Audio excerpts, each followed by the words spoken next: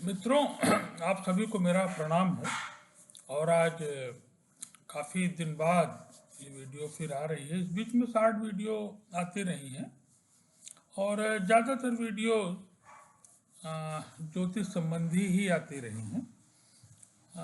मेरा ये मानना है कि ज्योतिष में बड़ा काम करने की आवश्यकता है और एआई या बाकी टूल्स आपकी मदद थोड़ी कर सकते हैं, लेकिन ज्योतिषीय विश्लेषण जो है एक बहुत बड़ा काम है। इसमें मशीनीकरण से कुछ खास हासिल होने वाला नहीं है। मेरा ये प्रयास है कि सही राय लोगों तक जाए और जो लोग हैं वो भ्रमित न हो और उनकी परेशानियों को मैं ज़्यादा से ज़्यादा हल कर सकूं, यही मेरा प्रयास है।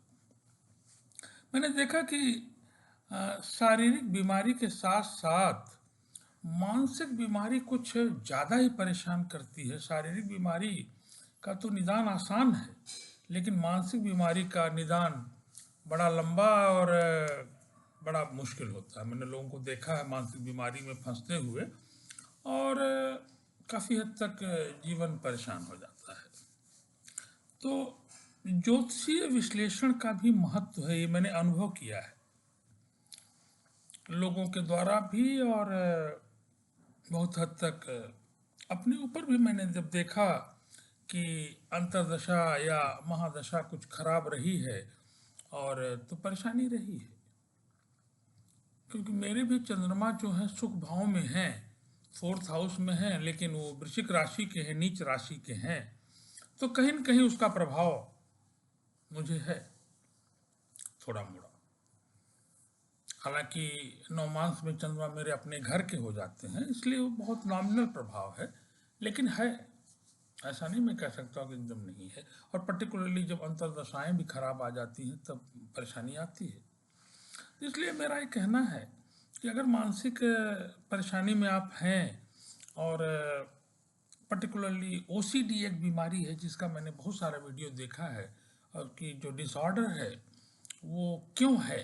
पहले तो आपको जानना होगा कि जो डिसऑर्डर है एक्चुअली वो है क्या। आप छोटी छोटी चीज़ों से देखिए कि जो कॉन्फिडेंस आपका लूज होता जाएगा। जैसे छोटे छोटे एग्जाम्पल में कि आपने ताला बंद किया, ताले को बार बार खींच रहे आपका, आप देख रहे हैं कि बंद है, एक बार खींचने से ही पता चल रहा है वो बंद है, लेकिन आपका मन नहीं मानता है। बार बार आपको लगता है कि नहीं बंद है, नहीं बंद है। कई हमारे मित्रों के एकाध मित्रों को तो मैंने देखा कि वो खींच रहे हैं और खींचते समय कुंडा ही निकल गया। तो ये भी एक डिसऑर्डर है।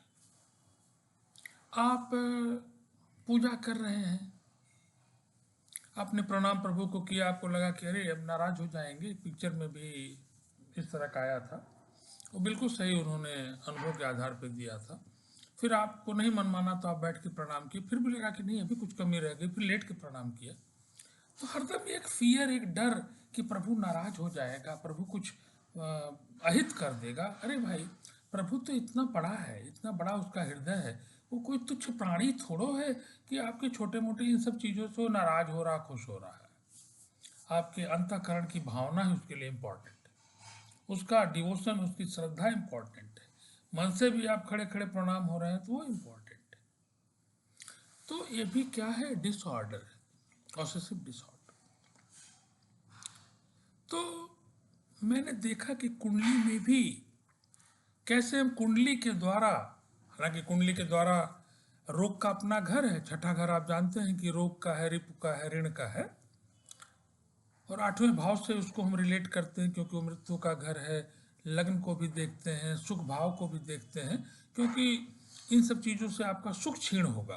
तो फोर्थ हाउस को भी उसमें हम लेंगे, फोर्थ हाउस को लेंगे आपके, कहीं न कहीं आपके अर्थ हाउस को, लग्न को, छठे हाउस को।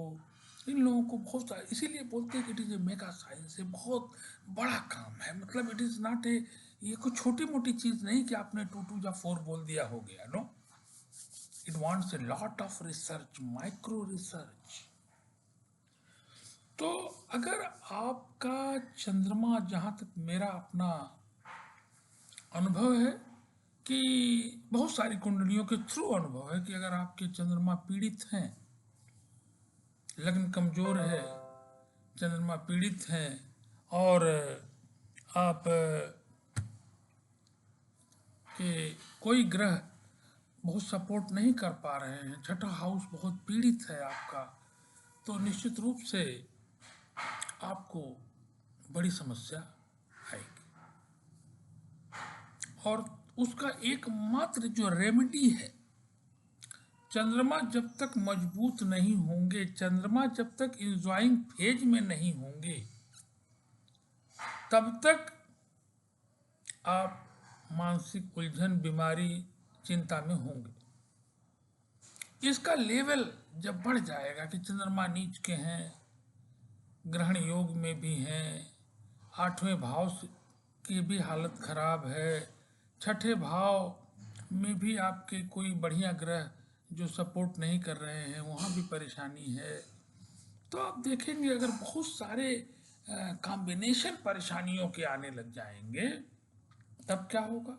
तब एक लेवल ऐसा आएगा कि आपका डिप्रेशन, उसको आप कह सकते हैं, वो ओसीडी कह सकते हैं, अलग अलग नाम दे सकते हैं, मनोरोग उसको कह सकते हैं। और मेरा अपना मानना है, ये विश्वास है कि प्रभु कृपा के बिना दवा कितना भी कर डालिए, कोई बहुत फायदा होने वाला नहीं है। तो दवा के साथ साथ लोग कहते हैं दवा और दुआ, तो मेरा अपना अनुभव है कि अगर प्रभु की कृपा हो जाए, कृपा कैसे होगी? उसके साधन है यही कि आप ऋषि मुनियों के द्वारा जो बताए हुए मार्ग हैं, उनसे आप अपने चंद्रमा को मजबूत करें। चंद्रमा ज्यों ज्यों मजबूत होते जाएंगे, चंद्रमा का विषय मैंने इसलिए भी लिया है कि आज सोमवार का दिन है, और चंद्रमा की तमाम रेमेडीज में सबसे बड़ी रेमेडी याद रखिए कि शिव भक्ति, शिव जी की पूजा, शिव जी की आराधना, शिव जी का व्रत, जलाभिषेक, ओम नमः शिवाय का लगातार जाप, नहीं भी जाप तो उनको मन से याद करना। भोलेनाथ जब चाहेंगे तो आपकी ये समस्या निश्चित रूप से दूर हो जाए। इसलिए चंद्रमा को मजबूत करने का मतलब कि भोलेनाथ की शरण में चले जाइए, अपने को एकदम से सरेंडर प्रभु के आगे ऑटोमेटिक करिए, क्योंकि वो जब चाह जाएंगे, महाकाल जिसको कहते हैं, कालों के महादेव हैं, उनके आगे तो भाग्य में लिखा भी कई बार चेंज करने की शक्ति प्रभु में है। जो ललाट में लिखा उसको भी वो चेंज कर देते हैं। तो शिव भक्ति, शिव आराधना, शिव में कितना आप लीन हो जाएंगे, कितना आप शिव के प्रति अगाध प्रेम आपका ऑटोमेटिक धीरे धीरे बढ़ेगा। लोग कहते हैं ना कि नहीं, अरे बढ़ जाएगा, ऐसे नहीं बढ़ जाएगा, हर इट वांट्स प्रैक्टिस। धीरे धीरे जब आप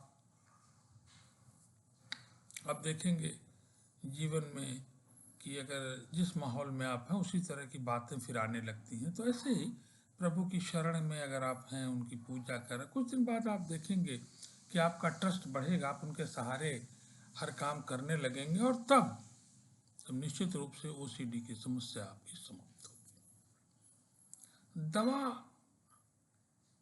उसमें कुछ हम नहीं कहते दवा नहीं आप है, दवा होगी, क्योंकि मैं साइकेट्रिक बीएचओ में विभाग में देखा हूँ कि काफ़ी ट्रीटमेंट के बाद लोगों में सुधार हुआ है, होता है। लेकिन अगर उस सुधार की स्पीड आप चाहते हैं कि और अच्छी हो, रिकवरी फास्ट हो, फुल हो, परमानेंट हो, मेरा अपना ये सुझाव है कि प्रभु की शरण में आप जरूर। ओम नमः शिवाय का जाप निश्चित रूप से चंद्रमा को मजबूत करेगा, इसमें कहीं कोई शंका है ही नहीं है।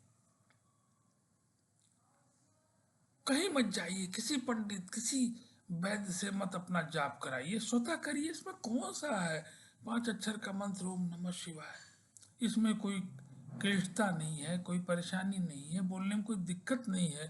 ओम नमः शिवाय का जाप अगर आप करते हैं तो आप देखेंगे कि आप ओसीडी की समस्या से निश्चित रूप से, मनोरोग से निकल जाएंगे। ये मेरा केवल विश्वास नहीं, मेरा अनुभव भी बोलता है।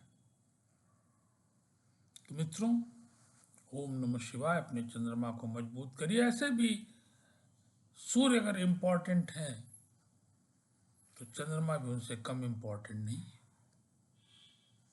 चंद्रमा जो है उसी के आधार पे चंद्र कुंडली, सारी गणनाएं, सारी राशि सब चंद्रमा से बेस्ड तो है।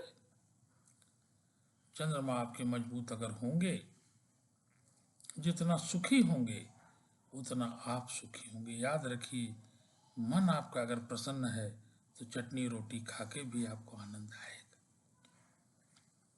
वैभव है फिर भी मन उलझन में होगा तो आपको वैभव अच्छा नहीं लगेगा।